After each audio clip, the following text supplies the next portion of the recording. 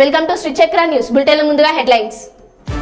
ఆలయంలో వివిధ స్థాయిలో పనిచేస్తున్న 13 మంది సిబ్బందిపై క్రమశిక్షణ చర్యలు తీసుకున్న దేవాదాయ కమిషనర్.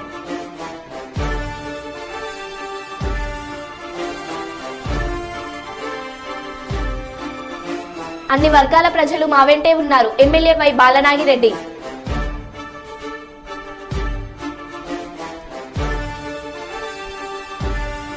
బాపట్లలో వైసీపీ నుండి టీడీపీలోకి చేరిన 10 కుటుంబాలు.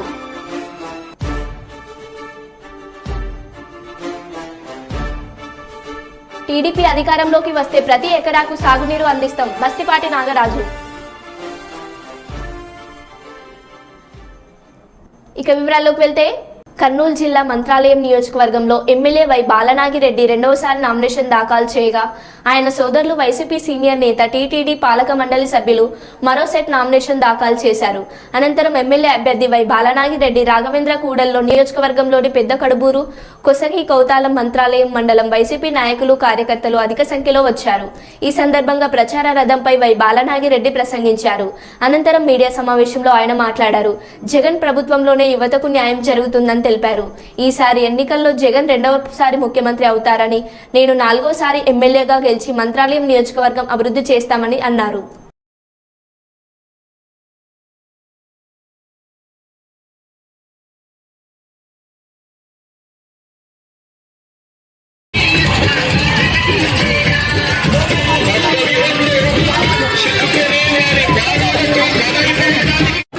మళ్ళా 4వసారి తప్పకుండా రాఘవేంద్ర స్వామి మా నియోజకవర్గం దేవుని ఆశీర్లా ప్రజల ఆశీస్సులు మళ్ళా 4వసారి సభాముఖంగా తెలియజేస్తున్నాం.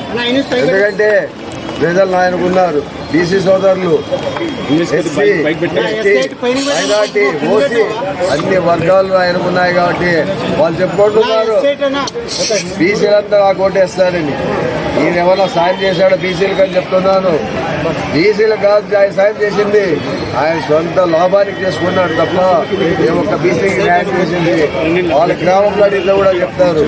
అలాంటి కుటుంబం ఈరోజు పోటీ నిలబడింది, సంతోషం. బీసీ సోదరులు నిలబడడానికి బాధపడలేదు, కానీ వాళ్ళు చెప్పుకుంటుంటే బాధ అనిపిస్తుంది.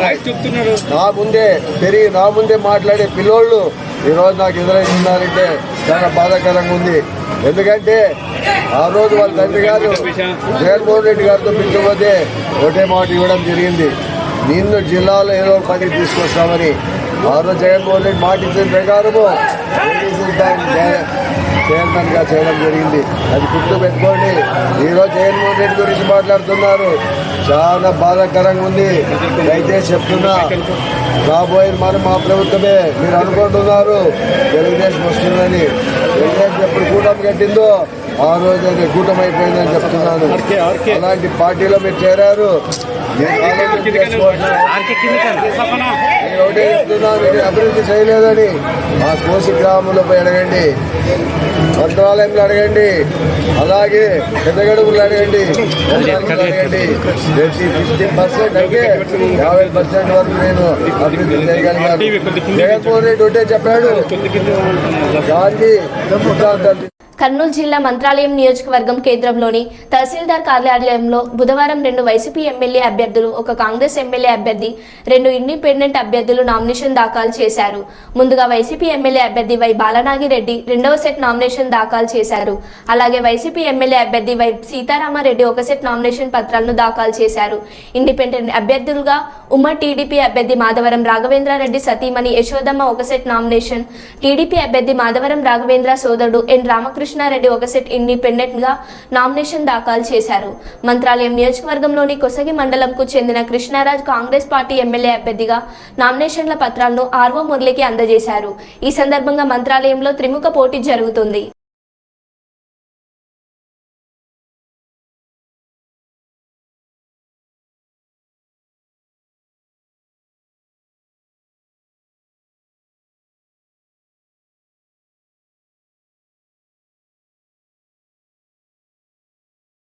నిర్లక్ష్యపు ప్రయాణానికి నలుగురు ప్రాణాలు గాల్లో కలిశాయి. వరంగల్ జిల్లాలో జరిగిన ఘోర రోడ్డు ప్రమాదంలో నలుగురు యువకులు అక్కడికక్కడే మృతి చెందారు. ఈ హృదయ విదారక ఘటన వర్ధనపేట మండలం ఇల్లంద శివార్లో జరిగింది. వర్ధనపేట నుండి వరంగల్ వైపు వెళ్తున్న ఓ ప్రైవేట్ ట్రావెల్ బస్ వర్ధనపేట వైపు వస్తున్న ద్విచక్ర వాహనం పరస్పరంగా ఢీకొన్నాయి. ఈ ఘటనలో ముగ్గురు యువకులు అక్కడికక్కడే మృతి చెందగా మరో యువకుడు చికిత్స పొందుతూ వరంగల్ ఎంజిఎంలో మృతి చెందాడు. మృతులు వరుణ్ తేజ, సిద్ధు, గణేష్, రణీల్ కుమార్లుగా పోలీసులు గుర్తించారు. ప్రమాద సమయంలో ద్విచక్ర వాహనంపై నలుగురు యువకులు ప్రయాణించారు. మృతులు వర్ధనపేట మండలం ఇల్లంద గ్రామానికి చెందిన వారు కాగా యువకుల మృతితో వారి కుటుంబ సభ్యులు రోదన వర్ణనాతీతంగా మారగా ఇల్లంద గ్రామంలో విషాద ఛాయలు అలుముకున్నాయి.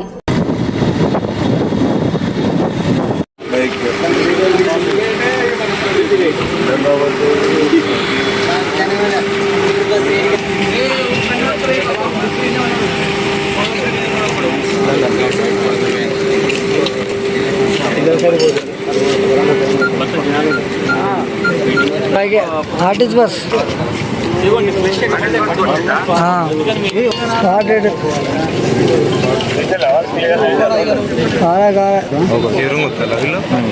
बस का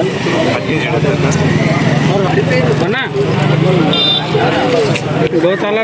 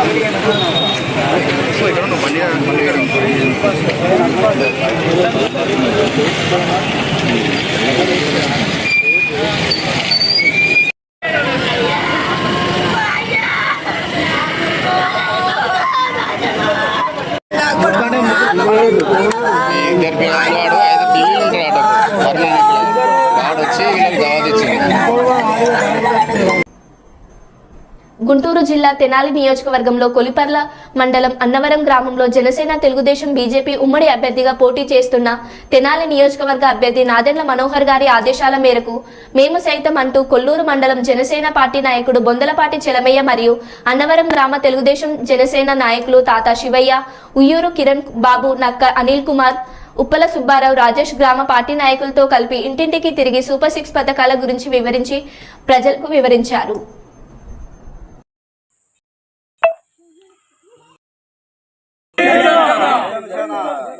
నాదెండ్ల మనోహర్ గారి నాయకత్వం, పెమ్మసాని చంద్రశేఖర్, పవన్ కళ్యాణ్ గారి నాయకత్వం,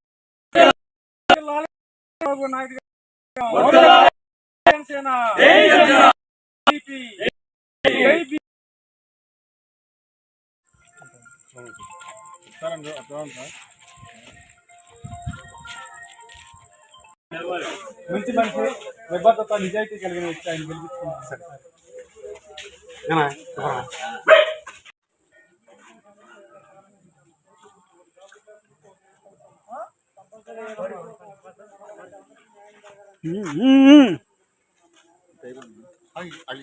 ఈ భర్త అయిపోయినాక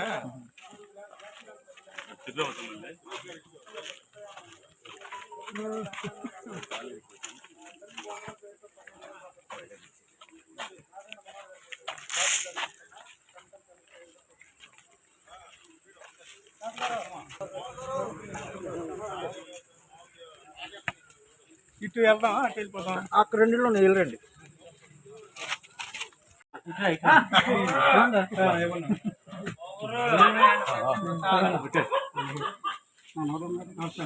తెలంగాణ నుంచి నాదెండ్ల మనోహర్ గారు జనసేన పార్టీ నుంచి అమ్మ, గాజు గ్లాస్ గుర్తు, కంసన్ చంద్రశేఖర్ గారు సైకిల్ గుర్తు. నాకు అనుమానం కాదు, మీరు ఒకే అంటే సార్ నాకు ఇటు నుంచి పడతావు, టీవీలో వస్తావు, ఆడ నుంచి ఏమంటారు చూస్తున్నా. ఎంత ఊపు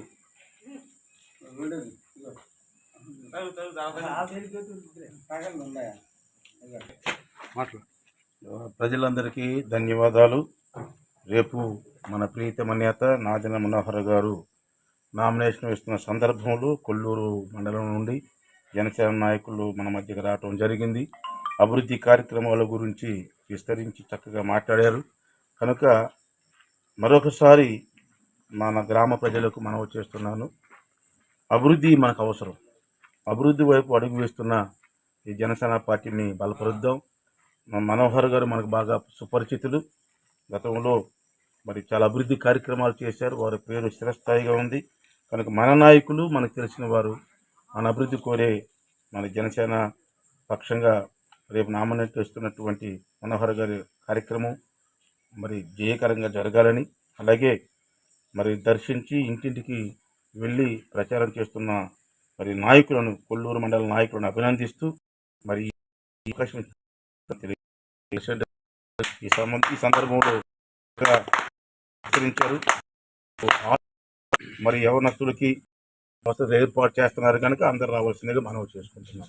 నియోజకవర్గం అన్నవరం గ్రామంలో పర్యటించడం జరుగుతున్నది.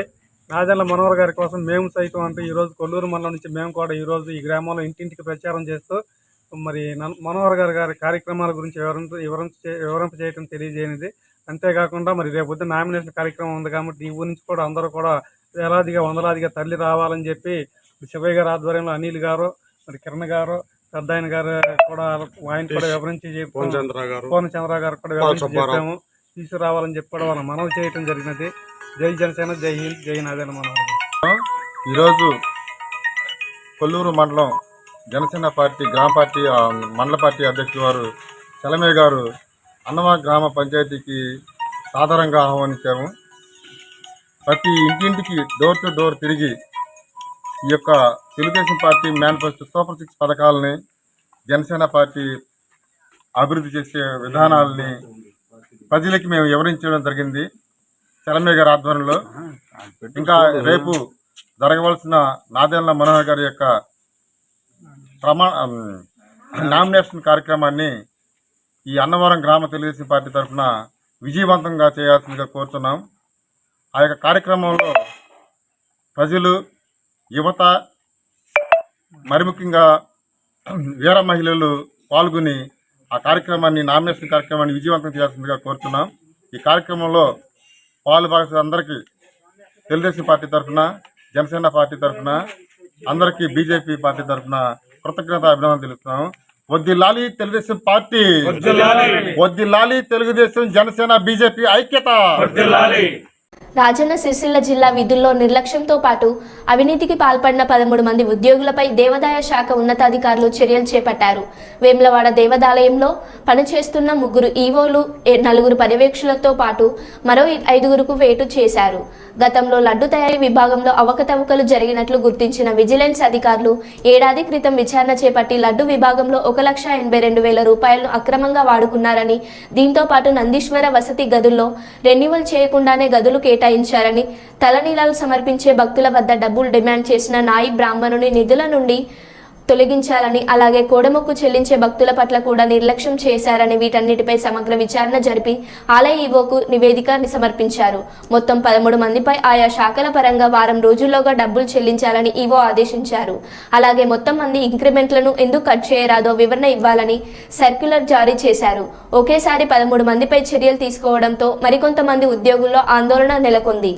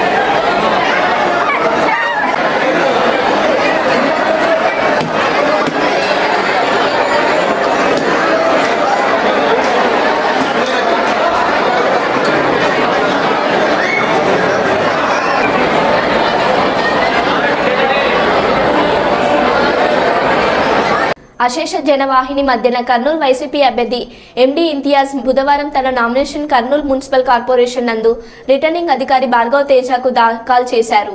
స్వర్గీయ డాక్టర్ ఇస్మాయిల్ గారి స్వగృహంలో కుటుంబ సభ్యులతో కలిసి సర్వమత ప్రార్థనలు జరిపి తర్వాత నగరంలోని జమ్మిచెట్టు ప్రాంతానికి చేరుకున్నారు.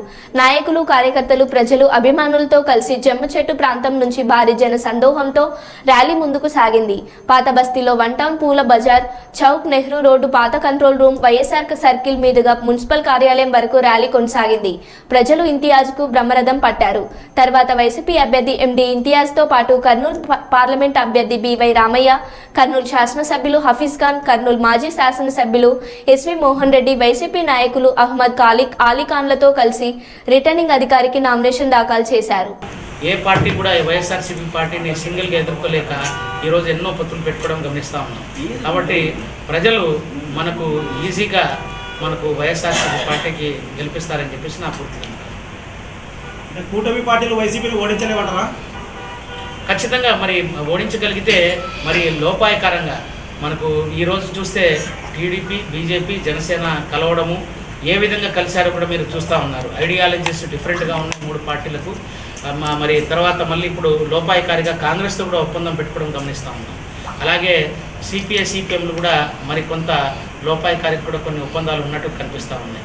మరి ఈ విధంగా ఇన్ని పార్టీలు కలిసి ముందుకు వస్తున్నాయంటే వారి గెలుపు మీద నమ్మకం లేకపోవడం, వారి పార్టీ మళ్ళీ వాళ్ళు గెలుస్తుందని నమ్మకం లేకపోవడంతో ఇంతమంది మరి ఈరోజు కూటమిగా ఏర్పడి మరి వైఎస్ఆర్సీపీని మరి ఎదుర్కొంటున్నాయని నేను. ప్రజలు మిమ్మల్ని గెలిపిస్తారు. గంటల ర్యాలీయే దానికి ఖచ్చితంగా ప్రజలకు ఏదైతే ఈరోజు పేద ప్రజలకు ఒక మంచి గౌరవప్రదమైన జీవితాన్ని మరి ఏదైతే వైఎస్ఆర్సీపీ పార్టీ ప్రభుత్వం అందించగలిగిందో, సుపరిపాలన 5 ఏళ్ళు మనకు సుపరిపాలన అంటే ఈరోజు ఎవరు కూడా మనకు ఏ రాష్ట్రంలో ఉన్న ప్రజలందరూ పౌర సేవలు పొందడానికి ఎటువంటి ఇబ్బంది లేకుండా, అంటే ఒక క్యాస్ట్ సర్టిఫికేట్ కానీ, ఒక ఇన్కమ్ సర్టిఫికేట్ కోసం కానీ, ఒక విద్యార్థి కానీ, ఒక యువకుడు కానీ నెలల తరబడి రెవెన్యూ ఆఫీసులకు తిరగనక్కర్లేదు. అలాగే పేదలందరికీ మనకు అన్ని పథకాలు అందుతున్నాయి. ఇల్లు లేని వారికి ఈరోజు నవరత్నాలు పేదలందరికీ 31 లక్షల హౌస్ సైట్స్ ఇవ్వడం జరిగింది. మరి ఇది ఎప్పుడైనా జరిగిందా? మరి మీరు మీ జర్నలిస్టుగా మీరు ఉన్న మీ అనుభవంలో మీరు ఎక్కడ చూసుంటారు? 31 లక్షల మనకు ఇల్లు, అందులో అంత మహిళల పేర్ల మీద 66 లక్షల మందికి పెన్షన్. ఇవన్నీ కూడా ఎప్పుడు మరి ఇలాంటి సంక్షేమ పథకాలు అందలేదు. అలాగే భూ సమస్యలు ఎన్నో తీర్చారు. అన్ని రకాలుగా సుపరిపాలన. ఒకవైపు ఏదైతే మహాత్మా గాంధీ, బాపూజీ అన్నారో మనకు ఒక స్వరాజ్యం అనేది, ఈరోజు ఆ స్వరాజ్యం అనేది దేశంలో మొత్తంలో ఎక్కడైనా ఇంప్లిమెంట్ అయింది అంటే ఈ 50-75 సంవత్సరాల కాలంలో స్వాతంత్రం వచ్చిన తర్వాత ఓన్లీ అది ఆంధ్రప్రదేశ్లో జరిగింది. మనకు ప్రతి గ్రామంలోనూ, ప్రతి నగరంలోనూ ప్రతి ఒక్కరికి ఇంటి దగ్గర పౌర సేవలు అందుతున్నాయి. మనకు సచివాలయ వ్యవస్థ కానివ్వండి, వాలంటీర్ల వ్యవస్థ కానీ చక్కగా ఉంది. ఎవరు కూడా గవర్నమెంట్ ఆఫీసుల చుట్టూ తిరగక్కర్లేదు, మధ్యవర్తుల చుట్టూ తిరగక్కర్లేదు, అవినీతి ఎక్కడా లేదు. పూర్తి పారదర్శకతో మరి ఈరోజు మనకు ప్రజా పరిపాలన జరుగుతూ ఉంది. మరి ఇంతకంటే ఏం కావాలి ప్రజలకు? అన్ని వర్గాల ప్రజలు మీ వెంట ఉండాలని భావిస్తున్నారు మీరు? ఖచ్చితంగా భావిస్తున్నారు. అన్ని వర్గాల ప్రజలు ఖచ్చితంగా భావిస్తున్నారు. ఎందుకంటే ఈరోజు వైఎస్ఆర్సీపీ పార్టీ అమలు చేసే మీరు పనులు చూస్తే ఏ పథకంలో కూడా, ఏ అభివృద్ధి పనులు కూడా ఎక్కడ కూడా కులం లేదు, మతం లేదు, పార్టీ లేదు, ప్రాంతం లేదు. అలాంటి మనకు ఈ వివక్ష అనేది ఎక్కడా లేదు. వివక్ష చూపించకుండా అందరికీ మరి అభివృద్ధి ఫలాలు, సంక్షేమ ఫలాలు అందించిన గవర్నమెంట్ ఒక్క జగనన్న ప్రభుత్వమేని నేను గట్టిగా చెప్తాను. ఏ ప్రజాస్వామ్యంలో, ఏ దేశంలోనూ, ఏ రాష్ట్రంలోనూ లేకుండా ప్రపంచంలో ఎవరైనా ఒక నాయకుడు గట్టిగా ధైర్యంగా చెప్పగలిగాడంటే ప్రజాస్వామ్యంలో ఇప్పుడు ఒక్క జగన్మోహన్ రెడ్డి గారే నేను అనుకుంటున్నాను. ఎందుకంటే మీ ఇంట్లో మంచి జరిగితే నాకు ఓటేయండి అని ఎప్పుడు ఏ రాజకీయ నాయకుడు చెప్పలేదు. మరి ఆ నమ్మకంతో, అంత నమ్మకంతో చెప్పగలుగుతున్నాడంటే ఎంత నమ్మకం ఉండాలని. కాబట్టి నేను అనుకోవడము ఈ ఎన్నికలు అనేది ఓన్లీ మనకు ఒక ఈజీగా వైఎస్ఆర్సీపీ పార్టీ మళ్ళీ వచ్చేస్తుందని నేను భావిస్తున్నాను. ప్రజలందరూ ఖచ్చితంగా వైఎస్ఆర్సీపీ పార్టీని గెలిపించడానికి సిద్ధంగా ఉన్నారు. ఎన్నికల్లో విజయం నామినేషన్ వేసిన సందర్భంగా మాట్లాడుతున్న సీఎం జగన్, నా సొంత గడ్డ పులివెందుల నా ప్రాణానికి ప్రాణం, ప్రతి కష్టంలో నా వెంట నడిచిన ప్రతి ఒక్కరికి మీ బిడ్డ జగన్ 2 చేతులు జోడించి నమస్కరిస్తున్నా అని అన్నారు. పులివెందుల సిద్ధమేనా?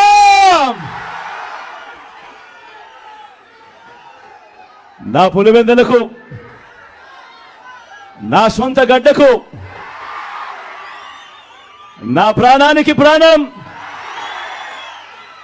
నన్ను నిరంతరం ప్రేమించి ప్రతి కష్టంలోనూ నా వెంట నిలిచి నా ప్రతి పులివెందుల, నా ప్రతి అన్నకు, నా ప్రతి తమ్ముడికి, నా ప్రతి అక్కకు, నా ప్రతి చెల్లెమ్మకు, నా ప్రతి అవ్వకు, నా ప్రతి తాతకు, నా ప్రతి స్నేహితుడికి మీ జగన్, మీ బిడ్డ ముందుగా రెండు చేతులు జోడించి పేరు పేరున హృదయపూర్వకంగా కృతజ్ఞత తెలుపుకుంటా ఉన్నాడు.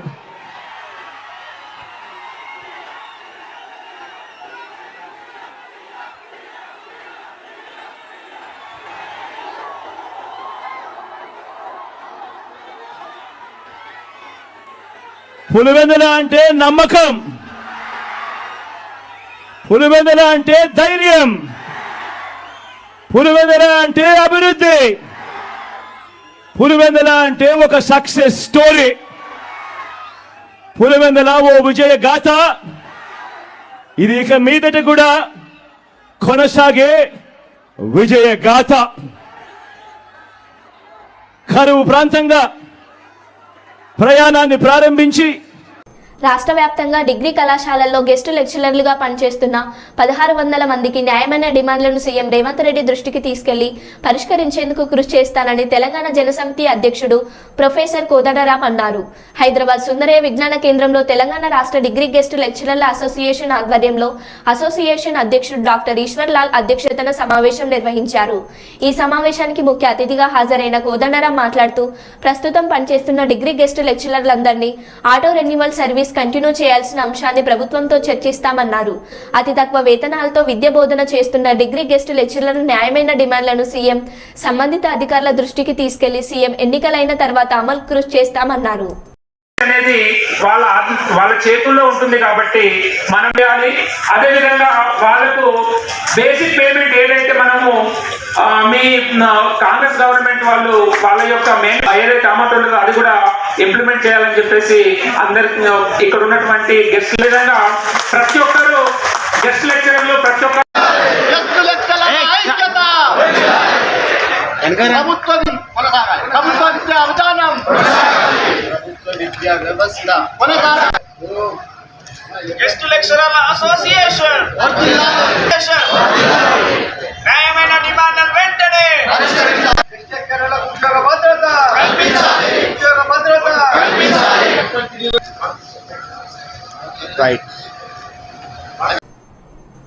బాపట్ల జిల్లా వేమూరు నియోజకవర్గం కొల్లూరులో వైసీపీ పార్టీ నుండి తెలుగుదేశం పార్టీలోకి చేరిన కొల్లూరు మండలం ఈపూరు గ్రామానికి చెందిన 10 కుటుంబాలు తెలుగుదేశం పార్టీలోకి చేరిన వారికి మాజీ మంత్రి నక్క ఆనందబాబు పార్టీ కండువా కప్పి పార్టీలోకి ఆహ్వానించారు.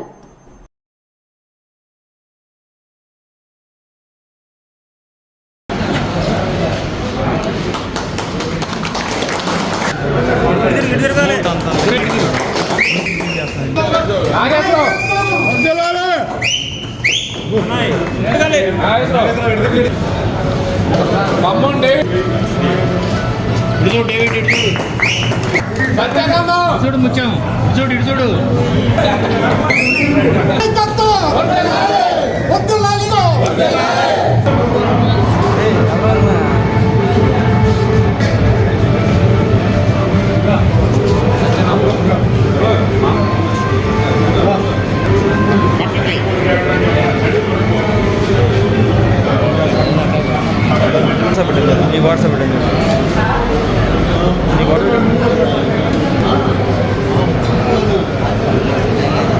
బాపట్ల జిల్లా వేమూరు నియోజకవర్గం కొల్లూరు మండలం చిల్కమూరు లంక, సుగ్గున లంక, ఈపూర్ లంక, చింతలంక, పెద్దలంక, పెసర్లంక గ్రామాల్లో మాజీ మంత్రి పోలిట్ బ్యూరో సభ్యులు వేమూరు నియోజకవర్గ కూటమి బలపరిచిన అభ్యర్థి శ్రీ నక్క ఆనందబాబు గారి ఎన్నికల ప్రచారం నిర్వహించారు. భారీ జన సందోహంతో ప్రజలు స్వాగతం పలికారు. ఈ సందర్భంగా ఆనందబాబు గారు మాట్లాడుతూ, నేను వేమూరు నియోజకవర్గంలో 3 సార్లు పోటీ చేసి 2 సార్లు గెలుపొందాను. ఇప్పుడు 4వ సారి మీ ముందుకు వచ్చాను. నా మీద 3 సార్లు పోటీ చేసిన వ్యక్తి 6 నెలల క్రితం నియోజకవర్గం వదిలి పారిపోయాడు. మీరు గమనించండి, ఎక్కడ నుండో వచ్చిన వ్యక్తిని ఇక్కడ పోటీకి పెట్టరు. నేను ఎప్పటికీ మీ వాడిని, మీ మధ్య ఉండే వ్యక్తిని. అంత బాగుంటే 5వ సారి కూడా వేమూరు నియోజకవర్గం నుండి పోటీ చేస్తాను.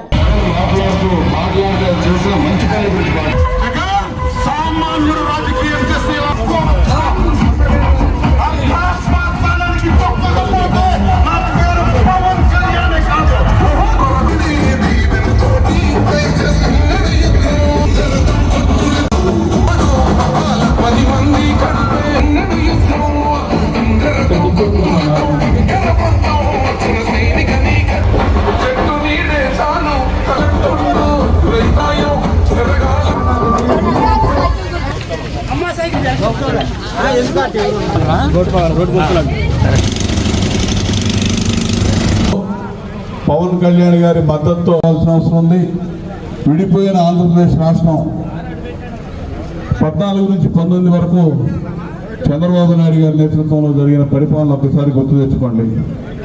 ఆ రోజు జరిగిన పరిపాలనకి గత 5 ఏళ్లలో జరుగుతున్నటువంటి పరిపాలనకి ఒకసారి బేరీజు వేసుకోమని చెప్పి మీకు గుర్తు చేస్తా ఉన్నా.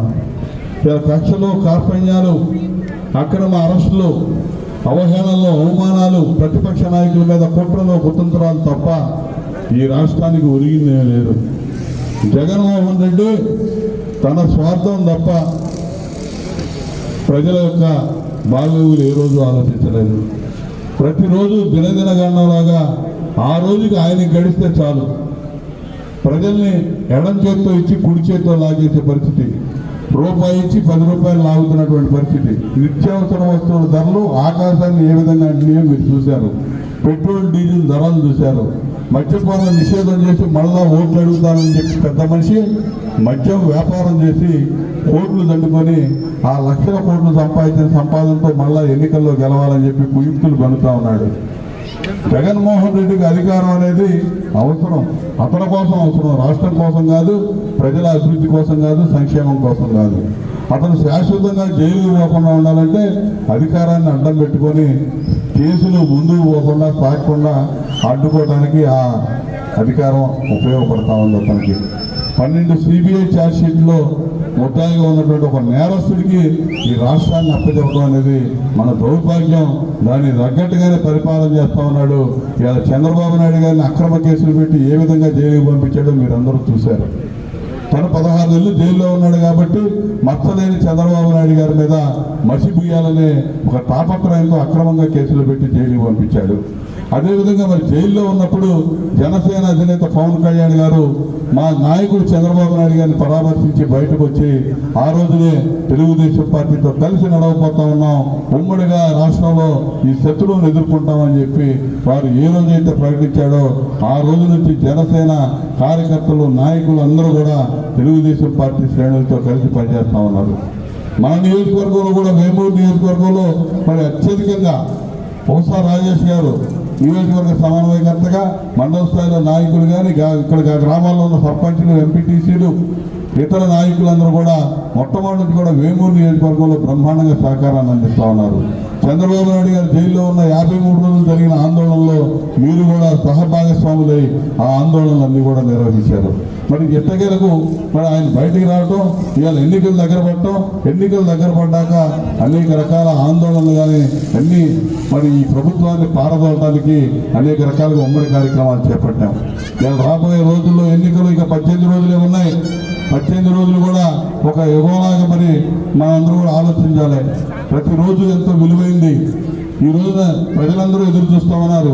ఇక్కడ తెలుగుదేశం పార్టీ, జనసేన పార్టీ కార్యకర్తలు, నాయకులు కూడా అదేవిధంగా ప్రతి సమయం, ప్రతి నిమిషం ఎంతో విలువైందని వెచ్చించి రాజకీయం కోసం పనిచేసి ఇవాళ ఈ రాష్ట్రంలో మళ్ళా తెలుగుదేశం పార్టీ, జనసేన పార్టీల యొక్క కలయికని అధికారంలో తీసుకురావడానికి మీ వంతు కృషి మొక్కవని దీక్షతో చేయాలి, చేస్తారని చెప్పి మనస్ఫూర్తిగా నేను విశ్వసిస్తా ఉన్నా. ఎందుకంటే సుగ్గలంక గ్రామం మరి నాకు ఎంతో చిరపరిచితమైంది. 2014లో కూడా జనసేన పార్టీ అధినేత పవన్ కళ్యాణ్ గారు తెలుగుదేశం పార్టీకి మద్దతు ఇచ్చాడు. మరో బులెటిన్లో మళ్ళీ కలుద్దాం. Stay tune.